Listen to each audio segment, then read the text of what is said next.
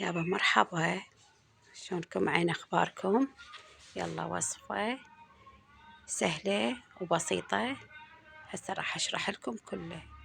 رحت للسوق، هاي جبت لتر مال حليب دسم، هذا ما مروب، قالت لي المرية جبته نشربه. اي فزاد، قلت ليش لا، خلينا نسوي روبة وانزله بالقناة. هسه راح تشوفون شلون راح اسويها. اي فهي علمتني، قالت لي اذا تردين تسوي الروبة خليها بكيس، لان هاي الايام باردة. هسه راح تشوفون طريقتها. يلا تتبعوا الخطوات وخلوا لي لايك واشتراك حتى يصعد حسابي بيكم، والشجاع بالاستمرار تنزيل وصفاتي. يلا هسه جبت هاي التفجير وبديت اشيل من فوق من جوا واصعده، وهيجي اسوي له فقاعات. اريده مو هذا جدر ستيل، فما اقدر اعوفه ليلجع، فظليت هيك اسوي بيه لحد ما شفت القشوة جاي تطلع.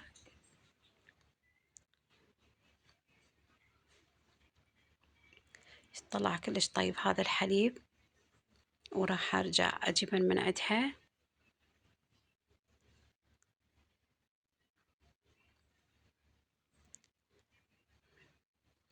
هسه راح احضر الكوابة، ولو طال الفيديو عليكم. اذا ردتوا تروبون الروبة هيك هاي طريقتها. وعندي وصفة مال روبة مال حليب طوز، اذا حابين اكتبولي وانزله لكم اسوي وياكم. اي هسه شفتها زينة.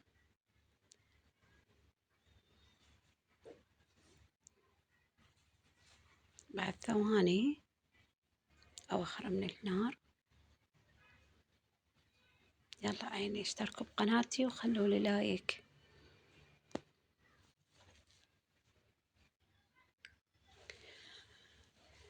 يا رب.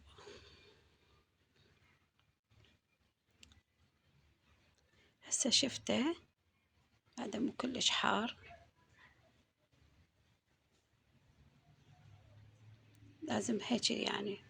هسه جبت الكوابة وراح اصبن.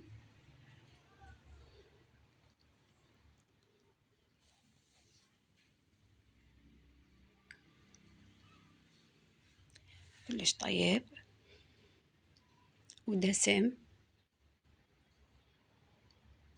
والبيت حبوه. والف عافية على اللي يشرب واللي يشوف. هسه هذا زاد عندي، قلت شو اسوي بيه بعد كافهم وبعد ما يشربوه. قلت خلنا اروبه روبه. اي فسويت، خذيت 3 خواشيق من هاي الروبة، وراح اجيبن.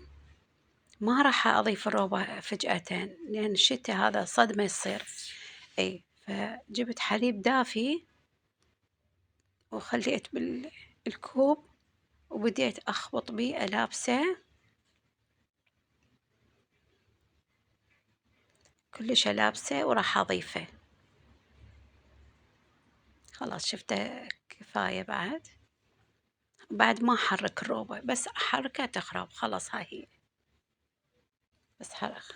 يلا هسه سويت، حطيت القدريه بكيس، هاي علاقة، وشديتها. وراح هسه هم اجيب لها فد غطا خفيف، وهم راح الفها واخليها من الليل للصبح.